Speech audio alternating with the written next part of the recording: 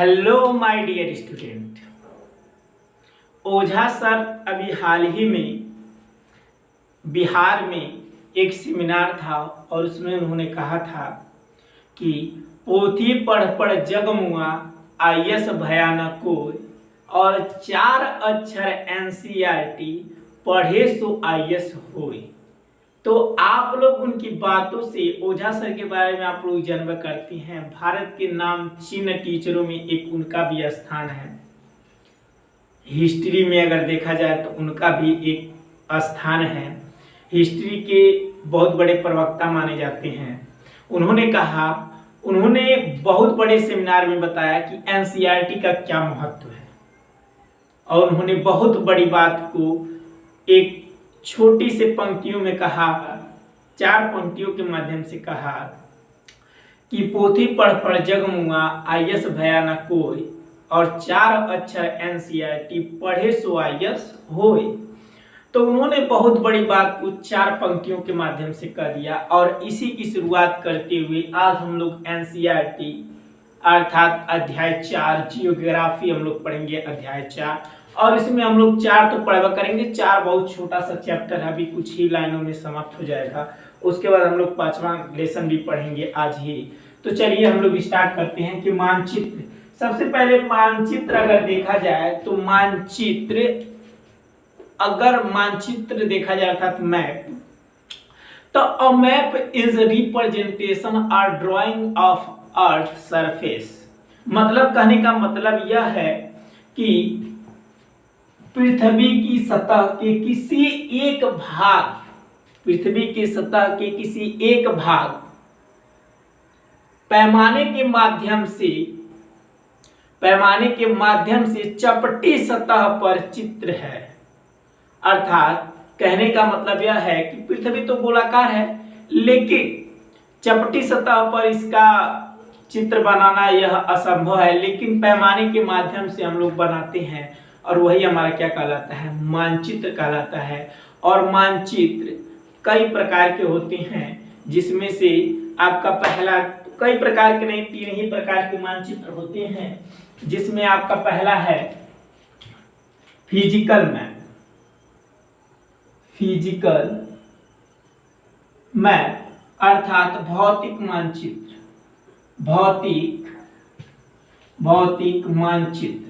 भौतिक मानचित्र किसे कहते हैं? देखिए, भौतिक मानचित्र में हम प्राकृतिक आकृतियों का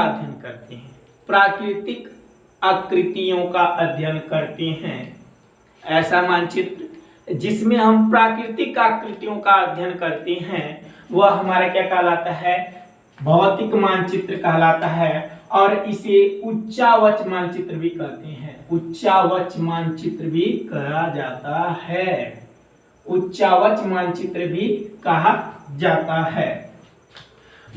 इसको उच्चावच मानचित्र भी कहा जाता है। दूसरा हमारा आता है राजनीतिक मानचित्र में हम लोग, कहने का मतलब इसमें क्या होता है, बहुत प्राकृतिक आकृतियों का अध्ययन करते हैं, जैसे पर्वत, पठार, मैदान, इन सब चीजों का यदि हम अध्ययन करते हैं तो वह प्राकृतिक का मतलब कोई भी चीज अगर प्राकृतिक आकृतियों का अध्ययन करेंगे तो वह क्या कहलाएगा, भौतिक मानचित्र कहलाएगा। प्राकृतिक का मतलब आप समझ सकते हैं। और उसके बाद देखिए, एक क्लास 6 का एनसीईआरटी है तो केवल बेसिक हम लोग जानेंगे। और उसके बाद आता है राजनीतिक। तो राजनीतिक में हम लोग क्या पढ़ते हैं, राजनीतिक में किसकी आकृति पढ़ते हैं? देखिए, पहले तो मतलब शहर, गांव, राज्य, देश या फिर विश्व में किसी देश की सीमाओं का अध्ययन। विश्व में किसी देश के सीमाओं का अध्ययन किया जाता है। देश के सीमाओं का अध्ययन करते हैं। सीमाओं का अध्ययन हम करते हैं। कहने का मतलब राजनीतिक मानचित्र में हम शहर, गांव, राज्य, देश या विश्व में किसी देश के सीमाओं का अध्ययन करते हैं, तो वह राजनीतिक मैप कहलाता है। इसके बाद हम लोगों का है थीमेटिक मैप। इसके बाद हम लोग जानेंगे थीमेटिक मानचित्र।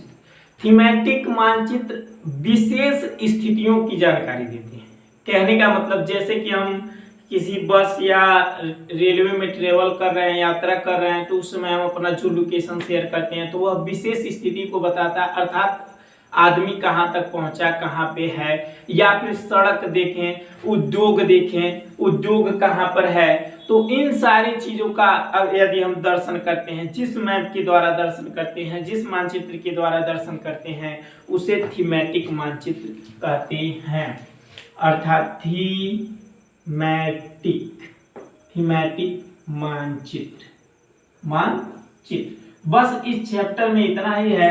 थीमेटिक मानचित्र आपको समझा दिए। उसके बाद दिशा, तो दिशा आपको पता होना चाहिए। देखिए, कहने का मतलब आप पृथ्वी में देखेंगे और यहाँ पर उत्तर होता है और यहाँ पर दक्षिण होता है, यहाँ पर उत्तर हो गया और यहाँ पर दक्षिण हो गया, दक्षिण। और यहाँ पर ठीक एक ऐसे एरो बना होता है और यह एरो आपके दाएं तरफ वाला जो होता है वह पूर्व होता है और इधर आपका पश्चिम होता है। क्या होता है? पश्चिम। और देखिए यहाँ पर अगर एक रेखा खींचा जाए इस प्रकार से तो वह है कौन सा होगा? उत्तर पश्चिम होता है। क्या होता है? उत्तर पश्चिम। उत्तर पश्चिम आपका होता है। और अगर यहाँ पर देखा जाए तो उत्तर पूर्व होता है। क्या होता है? उत्तर पूर्व। अब देखिए, कहने का मतलब यह जो बीच वाला है यह उत्तरी ध्रुव को दर्शाता है, अर्थात यहाँ पर उत्तर और पूर्व लिखते हैं। और ठीक इसी प्रकार अगर यहाँ पर आते हैं तो दक्षिण पूर्व हो जाता है। क्या होता है? दक्षिण पूर्व हो जाता है। और ठीक आपको अगर इधर आएंगे तो हमारा दक्षिण पश्चिम होता है। क्या होता है? दक्षिण पश्चिम। ये सारी चीजें हम लोगों को दिशाओं के बारे में हो गया। और उसके बाद प्रतीक है, कुछ तो प्रतीक आप जानते हैं। अगर मंदिर है तो मंदिर का प्रतीक क्या होगा, घर है तो घर का प्रतीक क्या होगा, सड़क है तो सड़क के प्रतीक क्या होंगे। ये आपका चौथा चैप्टर समाप्त होगा। अब हम लोग पढ़ेंगे पृथ्वी के परिमंडल।